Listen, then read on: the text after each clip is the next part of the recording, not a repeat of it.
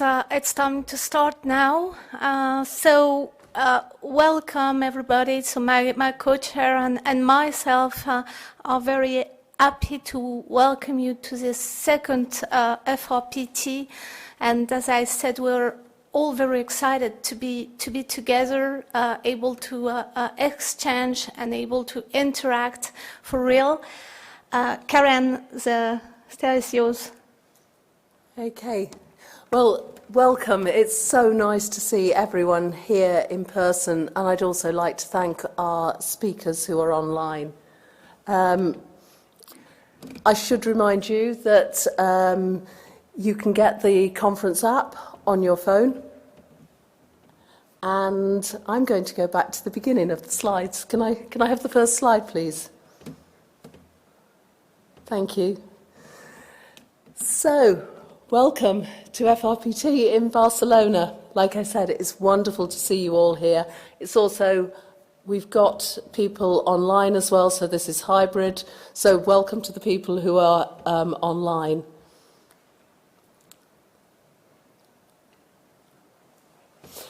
So this year, we've got over 650 participants, both in person and online, from over 40 different countries. And we'll be looking at cutting-edge science, thought-provoking lectures. We'll be looking at the very latest developments in flash radiotherapy, and also spatially fractionated and some on heavier ions. Great collaborations and lots and lots of networking opportunities. I need to say a huge thank you. This sort of conference doesn't come into being all on its own. So we've had a wonderful local organising committee, and I'd like to thank our colleagues in Spain who've been very much involved on that. And of course, a huge thank you to Marie-Catherine. Our scientific committee, our international advisory board, who've really been actively involved in putting this conference together, and then the group from Kennes. There are some wonderful people around here from Kennes, and I think both myself and Marie-Catherine would like to say a huge thank you to them, because they make this conference work and work seamlessly. So huge thank you to the colleagues from Kennes. Also, a very big thank you to our sponsors. Again, they make this conference possible. Please go and talk to them in the exhibition area, and there will be lots of events going on around the exhibition area. And I went to see it last night before it was quite finished, but it looks amazing. So go and see our sponsors, go and see what they've got to offer, and enjoy yourself in the exhibition area. This is a green conference, and if you look around you, you will notice that we have done lots of things to try and make sure that this conference is environmentally friendly. There are opportunities for you to go online and offset your air miles, but have a look at what's in the programme, because we've tried to ensure that this conference is as green as we possibly can. Any of you on Twitter? The hashtag is FRPT 2022. If you see me and Marie-Catherine looking at our phones, it's not because we're not listening to the invited speakers, honest. It's because we're tweeting. Please, everyone tweet. And we will follow those conversations. So that's also the people at home, please tweet. Tell us your experiences. The FRPT, as last year, there will be a virtual platform, so everything at the conference will be available on that virtual platform until March 2023. And it gives you that opportunity to go and have a look at talks you might not have gone to in person, but there's a huge amount of information available for you to go back and have a look at. And this was a great thing I found last year, going back and watching some of the presentations. So that's going to be there until the 2nd of March 2023, and you can relive the conference. There is an app available for your phone, and you can download that from the App Store and find out the whole programme, which is available to you there. We have a welcome reception tonight. We've got a Christmas market in the exhibition space. So come and join us at 18:45, so 6:45 this evening, in the exhibition area for the FRPT Christmas market. And I'm not going to say anything else because I think I'll spoil the surprises. But come and join us. Marie-Catherine. So let's dive a little bit further into our program. So as Karen just said, we have a huge number of keynote speakers coming from 11 countries. We will have 26 scientific sessions with renowned speakers working on the field, and you're going to be able to interact with all of them. We have 16 oral sessions with scientific presentations that have been selected from our international committee, and with high scores for all of them. We have 9 smaller groups for e-posters. Here again, we have very new type of data and a lot of interaction possibles. The theme of the conference is really trying to cover the multidisciplinary nature of the conference. So we will really cover every aspect, from the physics to the chemistry to the biology and to the medical application.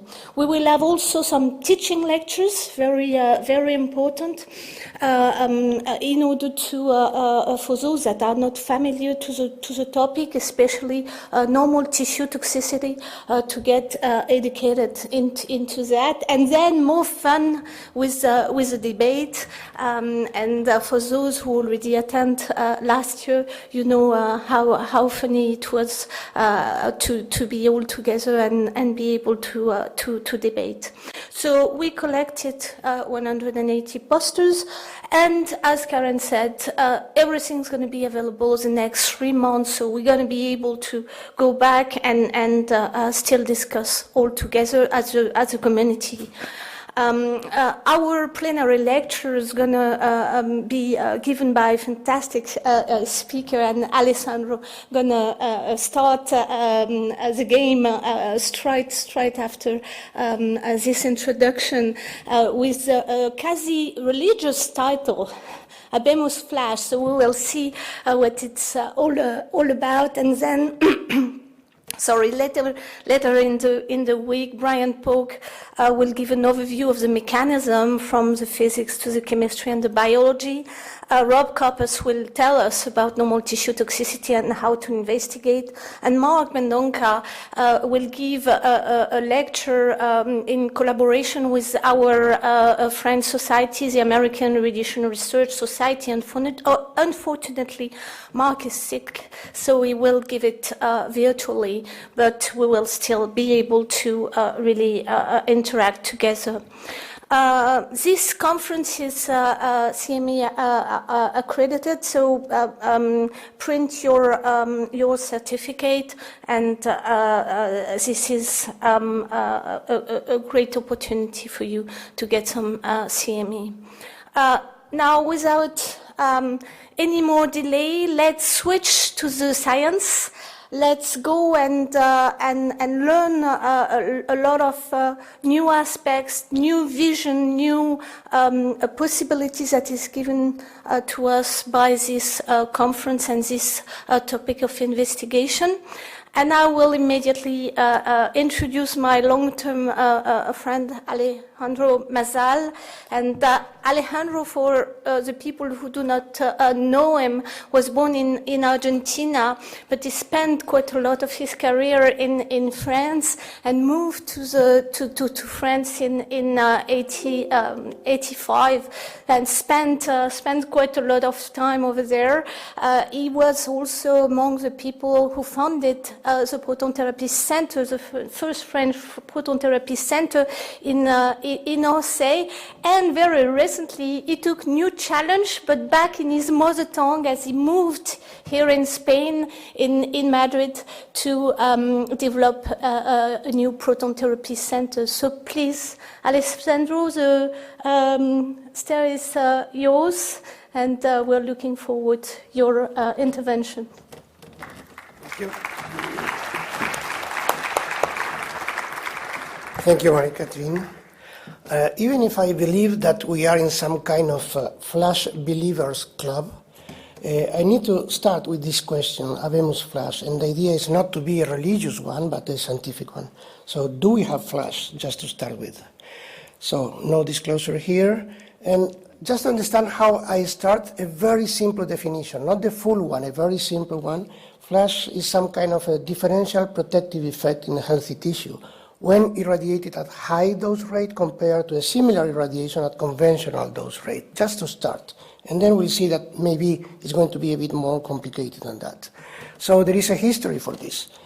Indeed, at the same time I was born, so many years ago, Dewey already was talking about the oxygen effect and pulse radiation, and then there is a full history about the work of Henry and Wilson, and as we have seen, Professor Mendoza will give a history of Flash during this meeting. But what I want really to stress is this one. So if you count a few breathing and you see this light, I think that this is the rebirth or rediscovering of the Flash effect, but with a much more complete approach by Vincent Favaudon.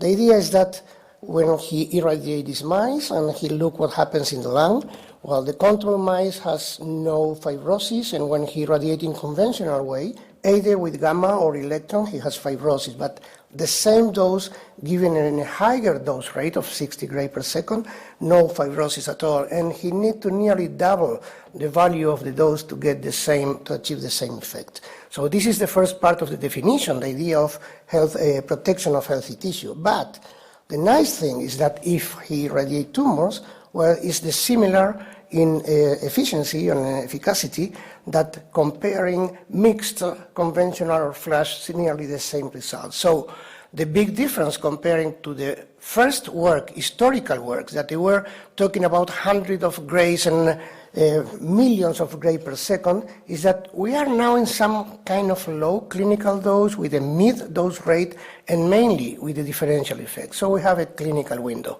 And this is the big step that has been done by Vincent. Now, his first results were really hard to go on. It was not easy to get funding on that till Marie-Catherine, Jean-Boris, put another center working on that in Switzerland, where it may be more funding also. And a lot of paper has been published by this team. I'm not going to make the synthesis of that, but I'm going to take an anecdotic one. How you can measure and see the memory of a mice. Well, you put two objects in a box, the mice recognize them, then you make a treatment or not, you change one of the objects, and you see if the mice has the memory to recognize the new one and to avoid the old one. So this is something that can be reproduced, and here you see some of the results where on the extreme left we have a control recognition ratio, a mice that was not irradiated, and you can see that nearly the same level of recognition ratio is done when the dose rate is high, and then there is a change when you go to low values.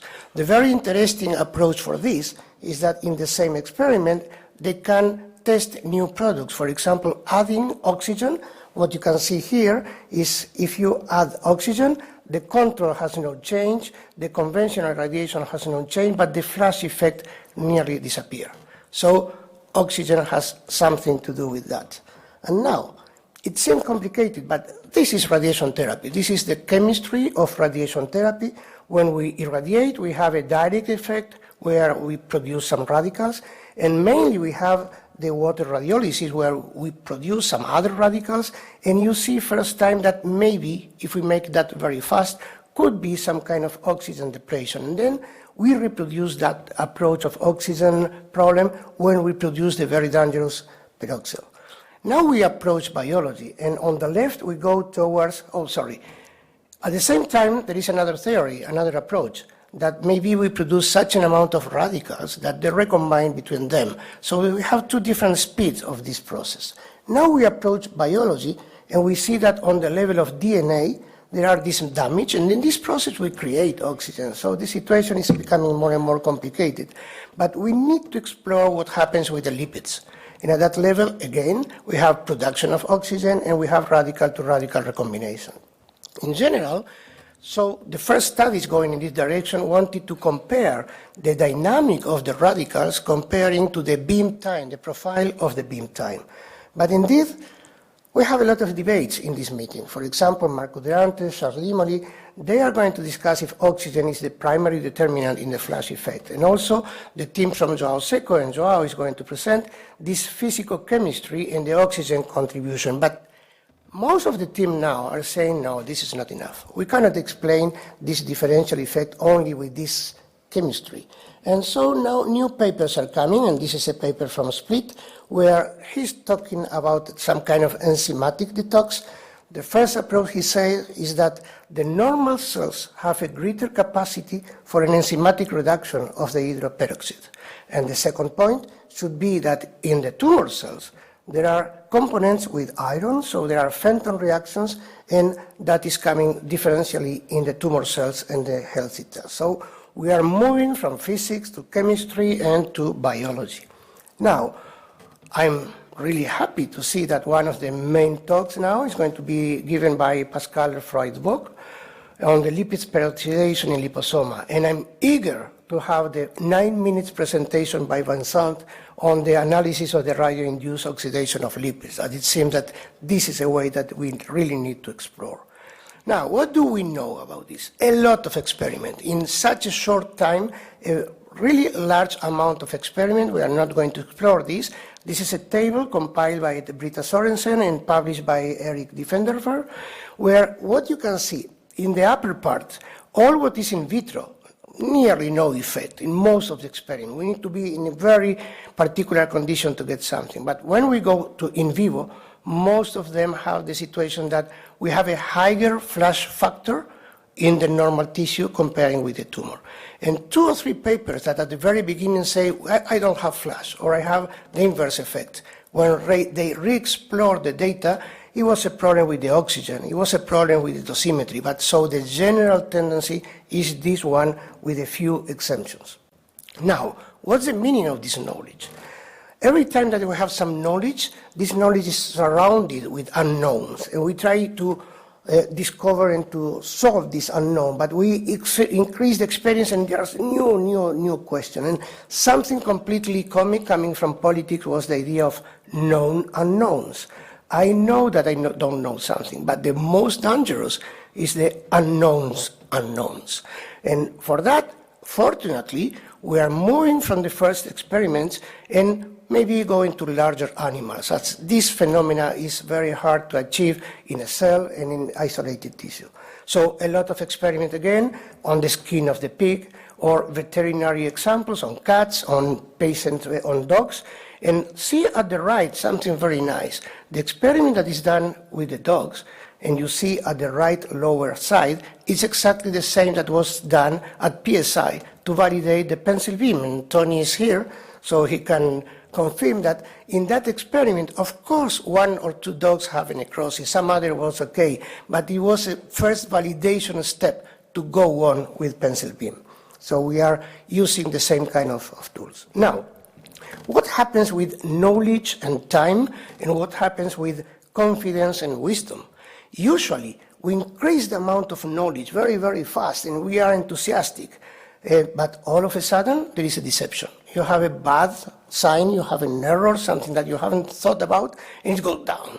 And then very slowly, you increase again your knowledge, and you go building knowledge and increasing in your confidence. Maybe many of you can think that we are still here. I think that we have already passed this deception with the first errors in the results, and now we are very slowly building and going in advance. What happens with this deception and where it's coming from? Maybe those cats that I show you that have very nice preliminary results, when you wait for some time, well, there are some problems. There were necrosis in these cats, but we need to take into account that the 2 arms were not fair. One of them was conventional with 10 fractions, and the other one was 1 single fraction and very high. So we are not really changing 1 parameter. We are changing many parameters at a time. And again, the dose that it was believed to be 30 grades, where there were some hot spot of 42. So comparing this, we can say that this is a word of caution, but but the values were not exactly something that we tried to reproduce. Even more, if we know that in our conventional radiotherapy, in radiosurgery, all these values are known. These are values from Gelber doing radiosurgery of the AVMs in the 70s, where he has already some lines showing the 1% probability of complication, in this case could be necrosis, and the new exploration of the data show that indeed was not so simple. It's not linear. There are a combined effect of those volumes, so you have new lines evaluating the same number of patients, the same patient that was evaluated at that time. So we need to take care not to hit where we should not. Get profit of what we know already. Don't give a very high dose with the hope that Flash will solve that. We need to make something a bit more conservative.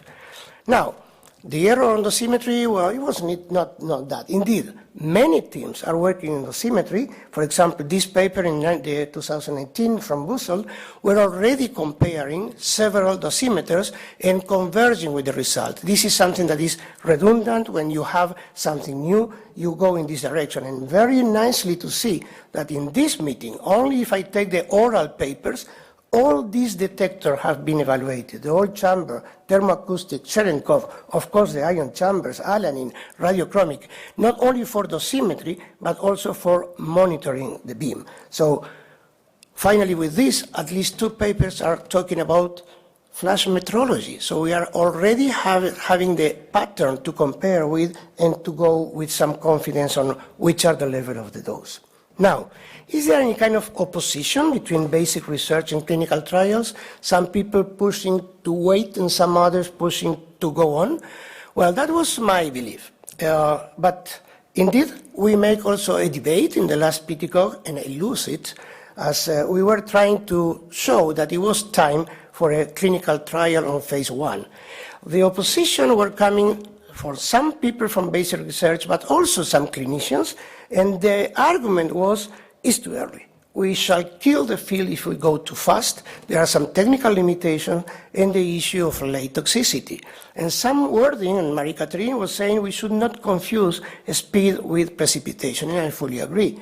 And also Jan, that he with me, if we don't understand the mechanisms, we may actually deliver worse treatment. I think that this is against all the history of radiation therapy. But if we go to the believers, much more clinicians here saying, well, yes, we can go carefully, phase 1, phase 2, with clinical usefulness, and some indication, palliative, oligomeds. We can do radiosurgery, we can use protons and mainly intraoperative electrons that are already there, and they are working with that.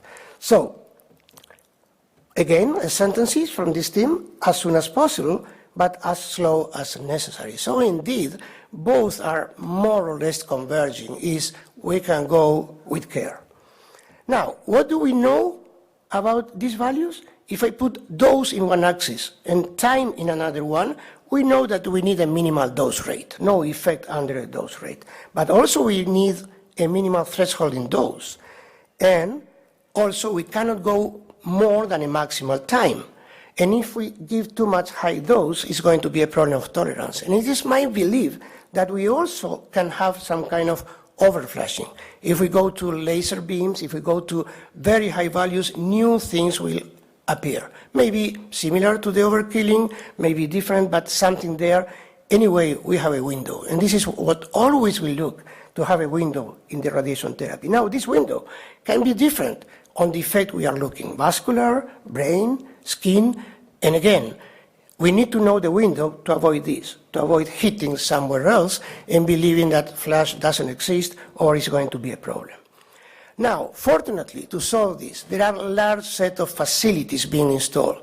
The proof of concept that was done at Curie nearly manually, now we have this fantastic installation in UPenn, and please have a look to this movie, if I can put it on the right. Can you put it for me? Thank you. This is fantastic. This is a robot into an oxygen chamber. Congratulations. As the amount of data that you can gather here and the speed of production of results is going to be fantastic. And it's already going on, and really congratulations to this team. Now, in this meeting, again, a large amount of facilities, Pitts, Dresden, laser-driven, high-energy electrons, PSE GaN31, all of them producing flash in one way or another. So the amount of results will be incredibly high. Now, if we move to protons, we have a particular problem. We have usually pencil beam scanning. And in that case, we take the time profile of the beam. We have one pulse, we have several pulses, and when we scan, we have these different lines or different energy layers, making that the definition of those rates is not so easy. So there are many papers now coming with different dose rate definition and exploring with software, with measurement, which should be the most related with flash. And it seems that if we keep a maximal time, we don't overpass a maximal time, maybe into that period, the mean dose rate could be more or less representative. But there is still work to be done here. Now, fortunately, we go to clinics. And here, the first patient being treated by Jean Boris with electrons in Switzerland, a cutaneous lymphoma. So again, first result in the very short term, but later on, a paper that is typically nice for a phase 1 trial. Comparing the two treatments, there were no difference in the acute reactions, late effects, and tumor control at 2 years. So this is, in reality, the definition of a phase 1, and that gives them the confidence to go to a second level in the trial, a dose escalation clinical trial in refractory metastatic melanoma, and they go now to 22 grays, as one of the hypotheses is that the 15 grays was maybe too low to achieve a differential effect. Now, we go to the second trial, and this time with protons. And the idea here is that they put patients with symptomatic bone metastasis with some criteria on the choice, up to 3 bone metastases with a life expectancy higher than 2 months. They finished the enrollment in October 21, and just a few days ago, we see the paper announcing that they could prove with this the feasibility of flash proton radiotherapy on the implementation, on the timing, on the irradiation. The efficacy was comparable to the published literature for conventional dose rate with photons. And so, again, with this phase 1, they can go further, and there is the FAST-02, a clinical trial again with 10 patients with indication of painful thoracic bone metastasis. So it's evolving. The first trial was something in an extremity with the protons crossing. Now we are going deeper and advancing with clinical trials. Now, if we look again what happens here in this meeting, I'm very happy to see that there is one presentation related with eyes. It's in the mice, maybe it should be better to go to a larger animal, but when I say that clinical trials should not change many parameters at a time, we treat eye melanoma in 4 fractions of 15 grays. So could be a model where we only change the time of delivery that in every fraction. So we change 1 parameter at a time.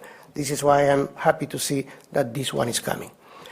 From the very beginning in this model, we believe that flash could be easily achieved in a layer around the tumor. Why? Here in that layer, we have a high dose and a high dose rate. And it's much more easy to achieve a high dose rate. So it's a layer around the tumor. And we are going to have here a presentation. Indeed, when we made that model, we were just taking a case that we have at hand. And I have not even realized that we were talking about the posterior fossa in a medulla in a kid, as I was completely against thinking, go flash with a kid, we need time for that. But we have a presentation here about the benefit, that the potential benefit for pediatric brain tumor, as some trials have been done with juvenile mice, and they have a differential effect in medulloblastoma cells. So things are going fast, maybe too fast, but this is research. Now, instead of a layer, we can make one step further. We can say why we don't irradiate just a small volume in the limit between the tumor and the critical organ. We can do that. We made already the dosimetry with the protons, and a very nice paper coming here is, again, from the team from Joao Seco, is Joao Lorenzo working in Germany, working with a mix between protons and combined IMRT, with the idea, and they will show that they can put the proton with flash characteristic in small volume and irradiate the rest in conventional way. For me, this is maybe a very large advance, as most of the limitation in the treatment machines is today to have flash in a large volume. And why? We don't need to put flash into the tumor if there is no differential effect. And the related question to low doses, in principle, we don't have flash unless we start discussing about immunology, and I think that Marie-Catherine will present something related with conventional fractionation. So, my initial question was Habemus Flash. Do we have flash? I think that there are some results there to see if this nearly black smoke, if we start to see all the presentation that will be done with intraoperative radiotherapy, for example, presentation from Fernanda Herrera, and I think that Philip Portman is here, so he will support that. The spatial fractionation, all the teams related with Yolanda Pesado and Ramon Ortiz will present something. The conventional fractionation in time, that should be a revolution, Marie-Catherine. If you show that, I'm eager to listen what you are going to present. And we can go to more and more innovative approaches. Michael's story, we talk about the pulsar adaptive treatment. That means instead of conventional fractionation, he gives pulses that are a few fractions and wait and see, and we can adapt the treatment, and we can put flash maybe into that. So with this question, I'm going to change this black smoke into a white one, and not a question. My belief is that we have flash. We have flash, but I put an asterisk here, and you need to read the small letter in every contract. And the small letter says, well, maybe we have flash if we have this level of dose rate, this level of dose, this level of maximum time, this amount of oxygen, number of fraction, and go on and go on. And it will depend on the target you are hitting. It will depend on the critical organ you are looking for. It will depend if you are trying to change something in the immunological approach. Maybe the very short time related with the circulating lymphocyte is going to have an effect in the abscopal effect. I don't know. And this is why we are here, and let's see what happens in this meeting, in this Congress. So, thank you very much for coming here. If I remember well, this is indeed the third big Congress about this. The first one was not big. The first one was at Curie with something like 20 or 30 people. The second one was in Switzerland. And now I'm really happy to have a look to this bunch of fanatic people that will improve the knowledge on this. So I invite you next year to come again to Spain, to go to Madrid. We organize the PTCOG in June, and surely there will be a lot of discussion about flash. And mainly, it doesn't matter how we see this treatment room or the production of beams. It doesn't matter if you are an MD, if you are a physicist or an engineer. What it counts really is how the patient looks at the room. This is a draw from one of the kids having treated in our facility, and I think that if we are all here, is mainly related with that. Thank you very much.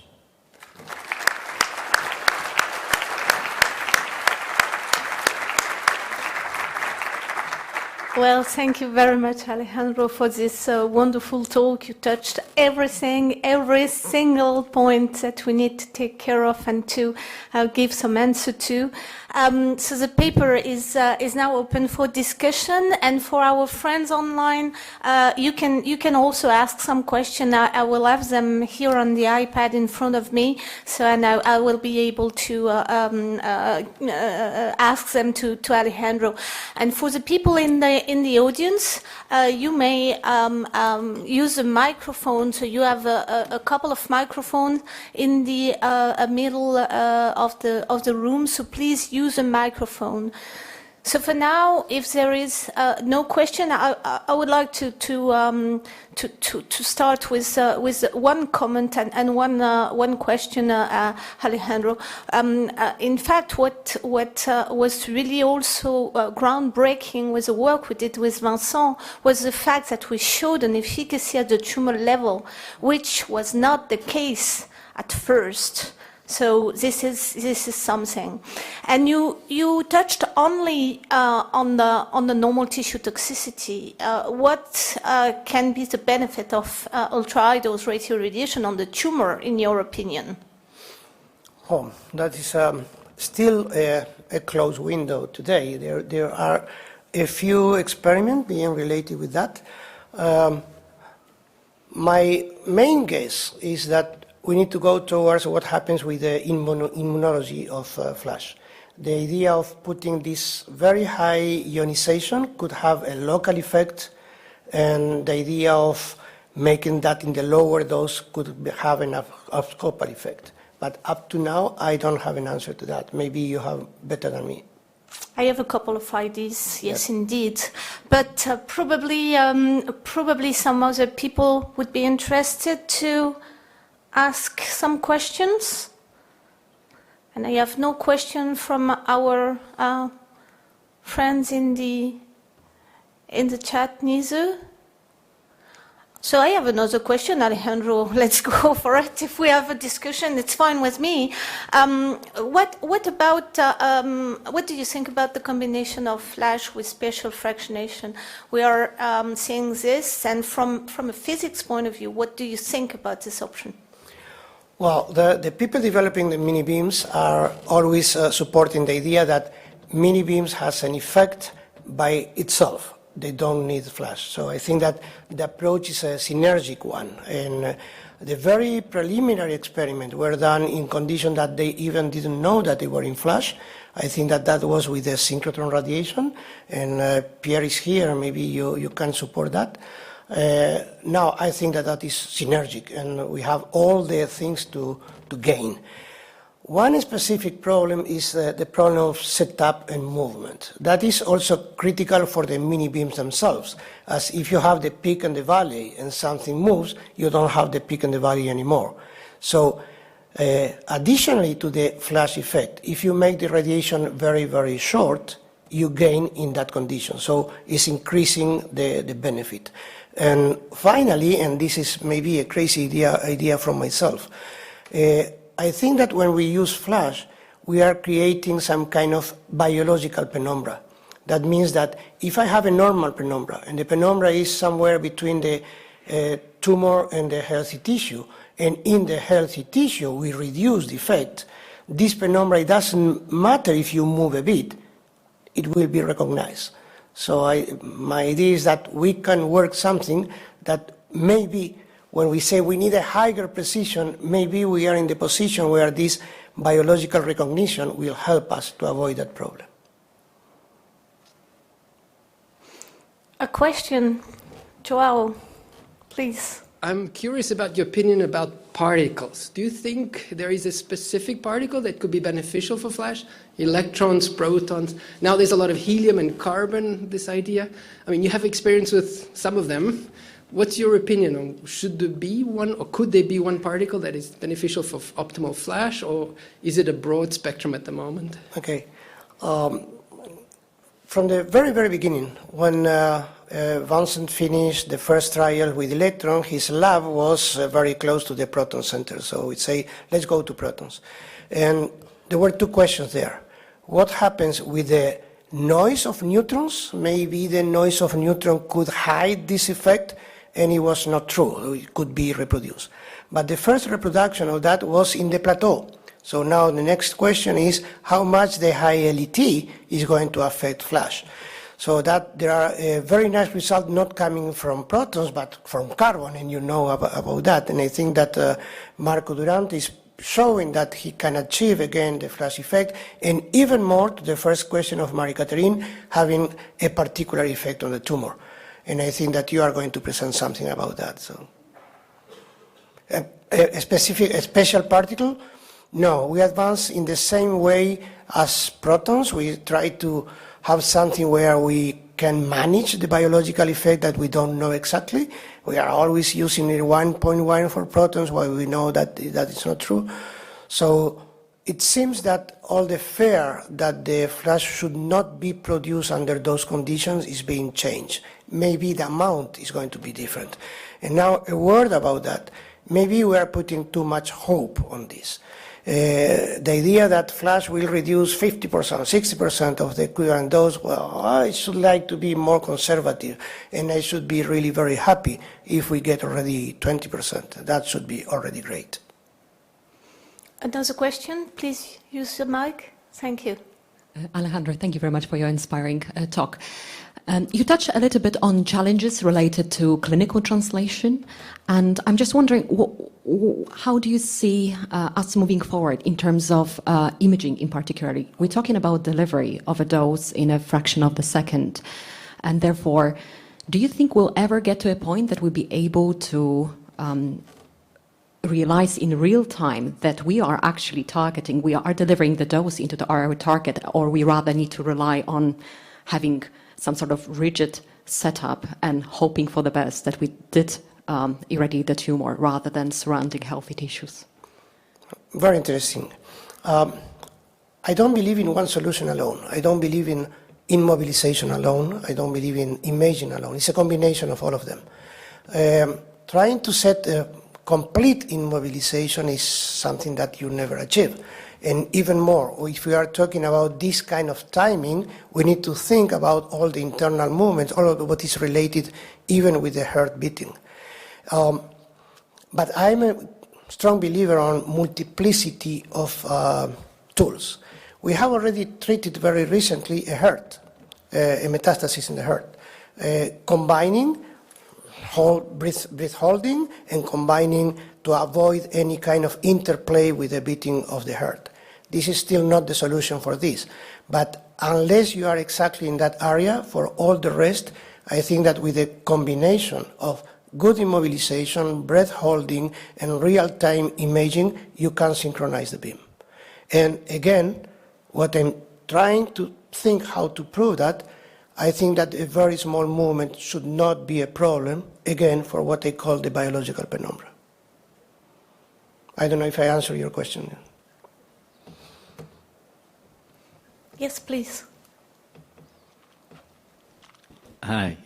So I'm intrigued with the question of combining temporal and spatial modulation, fractionation. But it's interesting to me if you go down that path, it begs the question, do you need uniform distribution?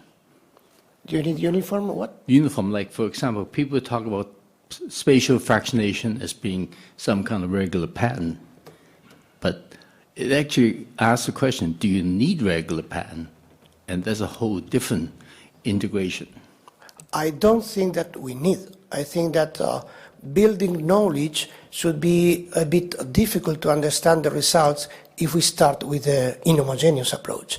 I think that we need much more understanding, starting with spatial fractionation with uniform approach, and then you could evolve. I should make a parallels with intensity modulation or something like that. With protons, sometimes we need uniform scanning, and sometimes we put intensity modulation. Should go in the same approach. First, try to understand building knowledge with a simpler approach, and then we can make it more complicated. But I agree with you. There is no reason why we should not go inhomogeneously with different areas. You have a necrotic, an hypoxygenated area, you can put more dose in this kind of approaches. But it begs the question, right? What is the target that we try to irradiate? The target or what you want to preserve? If you do temporal, if you do flash and spatial fractionation, what is your target that you try to irradiate or try to excite? Okay, I should say the very original definition was try to preserve the healthy tissue. Now, I'm going to get rid of protons, as in that case we preserve in depth. But let's try with photons. You are going to have particular situations where beams overlap. So we try to make the discrimination between the tumor and the healthy tissue. Imagine that for any reason that we can make 2 or 3 beams. I think that it's not going to be a good solution. The time between a few minutes in the region of overlap, for me, is going to be a problem for flash. But we can treat maybe in 2 fractions. Next day, there should be no problem. So in the past, I believe that the spatial modulation is going to be very useful. And in the area where we are close to the tumor with higher dose and higher dose rate, flash could be a better effect. And so we also avoid this discussion that we can also irradiate the tumor with the mini beams and get the similar effect that is still under discussion. Yolanda is supporting that data. Many people are reluctant to go in that direction. So maybe there are two different regions where each one is going to be the main apport to the preservation of healthy tissue. Okay, thank you. But I'm improvising. Thank you for your question. A last question, Ran. Thank you, Alejandro. The early trials of FLASH, how confident are we that we are testing the safety of FLASH rather than testing the safety of high dose rate delivery? Or I try to understand, I think, repeat it. How confident in the early trials of FLASH are we that we are testing the safety of FLASH, or are we testing the safety of high dose rate delivery? Okay, I understand. I should say both and mixed. And every specialist is looking for what he's used to. We are looking for the accuracy on the dosimetry and the delivery when we are discussing about high dose rate. And the biologists don't care about that, and they say, no, I'm looking from the result of the tumor. I think that it depends on the trial itself. Some of them are not proving FLASH at all, are only proving accuracy. But some others, they don't have the accuracy and they're trying to prove FLASH. I mentioned that many of the papers that were saying here there is no FLASH was by a lack of dosimetry or conditional experiments. So I agree with you that we need to make the recognition between the two of them. At least there is one of the papers related with tissue in the heart that was saying there is no FLASH. And when you reevaluate, you read the paper and you see a small note saying, oh, there is a new version. And the new version say that the dosimetry was between 60 and 120% of the nominal value. So they were doing nothing, neither high dose rate nor biology. That was the sense of your question? Yeah. Thank you. I think we have to move on. I'm sorry, Emanuele. Sorry for that, but In the coffee. you got a little bit, no coffee for now. You got a little bit slow to start, by the way, but it's okay. Thank you very much, Alejandro. Thank you for the questions. We have to move to the next speaker. We have only a couple of minutes to switch chair people and enjoy your meeting.